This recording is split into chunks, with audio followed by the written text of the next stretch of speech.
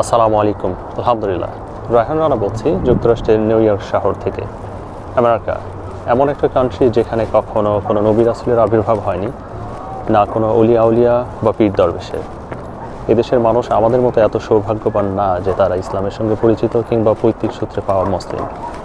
আমরা বাংলাদেশে পৈতৃক সূত্রে পাওয়া মুসলিম এবং আমরা যদি ধর্ম পালন না করি সেক্ষেত্রে চারপাশে পারিপার্শ্বিকতা দেখে হয়তো আমরা দিনের পথে ফিরে আসি, কিন্তু এদেশের মানুষের এমন সৌভাগ্যটা হয় না। কিন্তু এই দেশেও সিজদাকে দিন দিন ছড়িয়ে দেওয়ার জন্য বাংলাদেশিদের সম্পৃক্ততা কতখানি, তারা কি করছে সেটা আপনাদেরকে আজকে জানানোর চেষ্টা করব। কিন্তু এই দূরপ্রবাসে সুদূর আমেরিকাতে ইসলামের অবস্থা সম্বন্ধে জানার যদি আপনার কোনো আগ্রহ থেকে থাকে, এই ভিডিও হয়তো আপনার আগ্রহের ফলে কিছুটা হাওয়া দেওয়ার চেষ্টা করবে।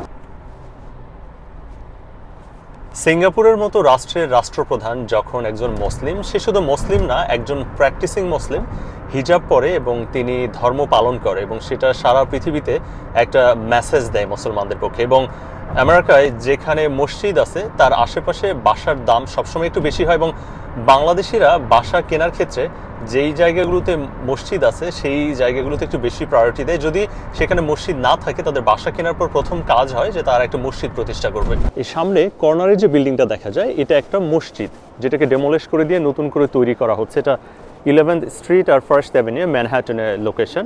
ম্যানহাটন কতটা এক্সপেন্সিভ জায়গা এটা সকলেই জানে। এটার নির্মাণ ব্যয় হচ্ছে $6.5 মিলিয়ন, যেটা বাংলাদেশি টাকায় 82 কোটি টাকার মতো। এটা তৈরি করছে কে জানেন তো? বাংলাদেশিদের হাত ধরে এই মসজিদটা তৈরি হচ্ছে। এটার নাম হলো মদিনা মসজিদ।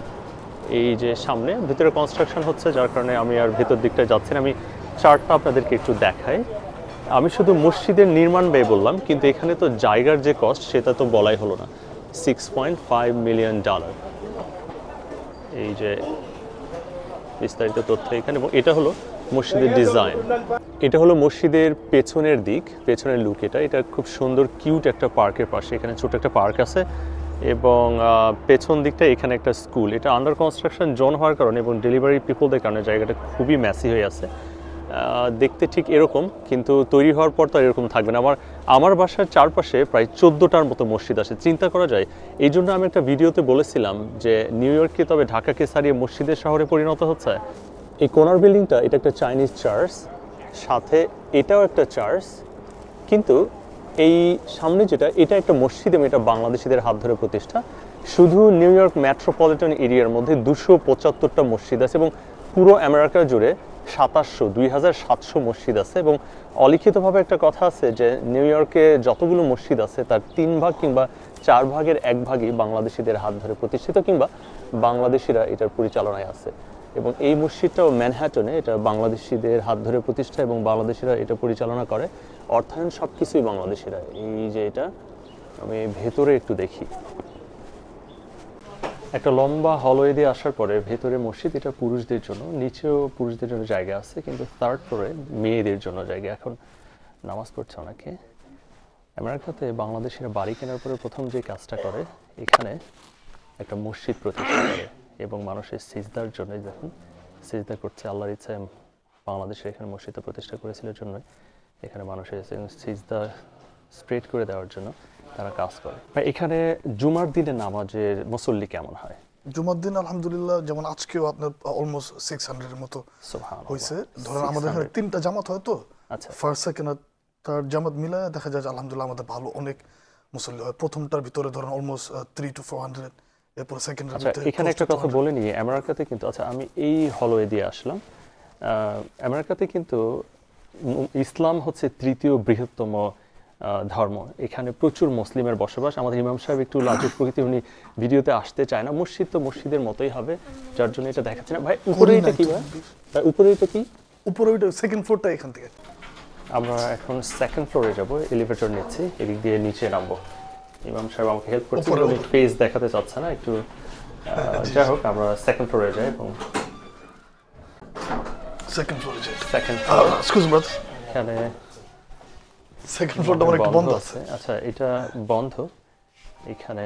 তবে এখানে মুসল্লি শুধু বাংলাদেশি না, সম্ভবত মুসল্লি বিভিন্ন দেশে হওয়ার কথা। ডাউনস্টেয়ার্সে থার্ড ফ্লোরে আছে মহিলাদের জন্য। আমি মহিলাদের সেখানে একটু যেয়ে দেখি। এত এক্সপেন্সিভ একটা মসজিদ প্রতিষ্ঠা করা ম্যানহাটনের মতো জায়গাতে, তার মধ্যে বাংলাদেশিদের দ্বারা, আলহামদুলিল্লাহ।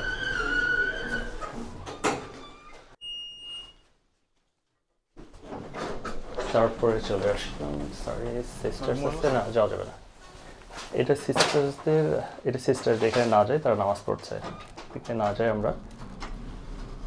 ফোর্থ আর ফিফথ আমরা মেইনলি স্কুলের জন্য ইউজ করি। আচ্ছা, ফোর্থটা মেইনলি স্কুলের স্কুল, জন্য, কিন্তু জুম্মার দিন আর কি খালি করে দেয় জুম্মার দিন। আজকে যেমন এখানে স্কুল আছে। হ্যাঁ, ইসলামিক স্কুল আছে আলহামদুলিল্লাহ। কতগুলো স্টুডেন্ট আপনাদের? আমাদের এখন স্টুডেন্ট আছে 6 জন। আচ্ছা, এটা হলো এটা একটু বন্ধ আছে, এটাও 3টা রুম আছে। কারণ আমি খুব রং টাইম আসছি, যার কারণে মানে ফোর্থ ফ্লোরের ভিতরে 3টা রুম আছে। আমি শুধু এসেছি আপনাদেরকে একটু তথ্য জানানোর জন্য, যেখানে বাংলাদেশিরা বাড়ি কেনার পরে তাদের প্রথম প্রায়োরিটি থাকে একটা মসজিদ প্রতিষ্ঠা করার জন্য, মানুষ সিজদা দিতে পারে আল্লাহ পাকের ইচ্ছায়। কারণ এমন একটা জায়গাতে এই মসজিদটার জায়গা সহ বিল্ড সব মিলিয়ে কত টাকা আপনারা প্রথমে যে মসজিদ সম্বন্ধে আমি তথ্য দিয়েছিলাম তার আপনারা ধারণা করতে পারছেন মোটামুটি প্রায় সব মিলে অলমোস্ট প্রায় 3 মিলিয়ন ওই সময় আর কি। হ্যাঁ, এখন তো প্রায় 10 মিলিয়ন আরো বেশি হবে। হ্যাঁ, আপনারা সবাই ভালো থাকবেন। আমি কতটা দেখাতে পেরেছি আমি জানি না, কথা হবে অন্য ভিডিওতে। আল্লাহ হাফেজ, জাযাকাল্লাহ খাইর।